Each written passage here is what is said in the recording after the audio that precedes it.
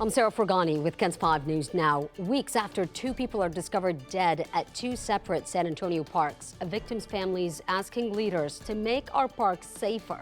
Pete Castillo's family wants to see more park patrols and better lighting at area parks.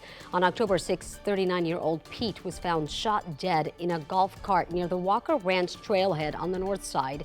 His family tells us it took days for park police to come across his body. You don't want to constantly be looking over your shoulder, hoping that you're safe. This park is, people are not going to it because they don't feel safe for the previous incidents that have happened. And, he wasn't found for 7 days. That's a whole week. Just 2 weeks before Pete's murder, a woman was also found dead, this time on the city's east side at the DeFost Park trailhead. Stacy Dromiga was out for a walk when she disappeared, and a day later, authorities found her body. They say she died from blunt force trauma. San Antonio police tell us the two murders are not connected and are currently under investigation. New details in the murder arrest of the husband of the missing realtor who vanished more than a month ago.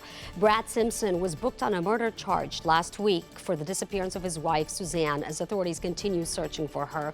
In the arrest warrant, police say they have several surveillance videos showing what was in the back of Brad Simpson's truck on October 7th at a Whataburger in Bernie around 9:12 that morning, with a heavy-duty trash can, ice chest, and a large, bulky item wrapped in blue tarp. Police say he then went to Home Depot, where he bought cement, Clorox disinfectant, and insect repellent, all paid for with cash. You can view the full 9-page arrest affidavit on KENS5.com. A popular eatery south of downtown is hit by a burglar, and we have surveillance video that the shop's owner is sharing with us. El Chunky, known for its huge Mexican-style hot dogs, was reportedly broken into Tuesday morning, according to the shop's owner. He says in this video the man is seen breaking into the business, but first he went after the electricity.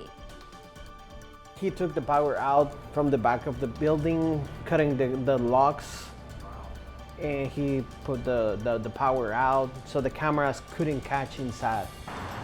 Now, he says police were able to get fingerprints, and he plans to reopen the shop on Thursday. If you have any info, call police.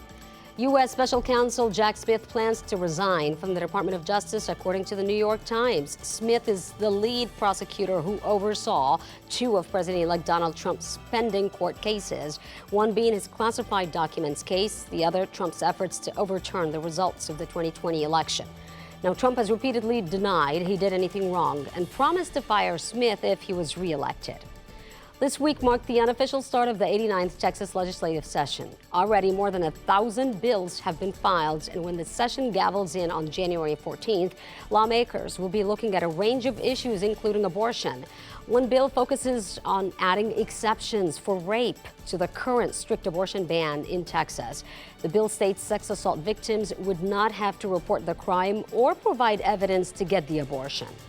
Republicans have also filed a bill that would require people to use bathrooms, locker rooms, and sleep in areas that correspond with their biological sex. Now, this would impact spaces on government-owned property. The bill proposes citizens can file complaints, and if the violations are not addressed, the Attorney General would be able to sue the local governments that violate the law. A happy update on Cedric the squirrel, now famous on the city's north side. A KENS 5 viewer told us despite the dart lodged in the squirrel's neck, the beloved squirrel was recently seen alive. In late August, residents in Alamo Heights said someone shot the squirrel with a blowgun. They're hoping to eventually catch Cedric so that they can get him treated, but they're also hoping to catch the person who hurt the squirrel by offering a $500 reward. For today's forecast, Paul Miralles. All right, let's take a look out there. We've got a fairly warm day for us, high 85. It'll be breezy this evening, and the humidity comes way down later on this evening. That's KENS 5 News Now. I'm Sarah Fragani.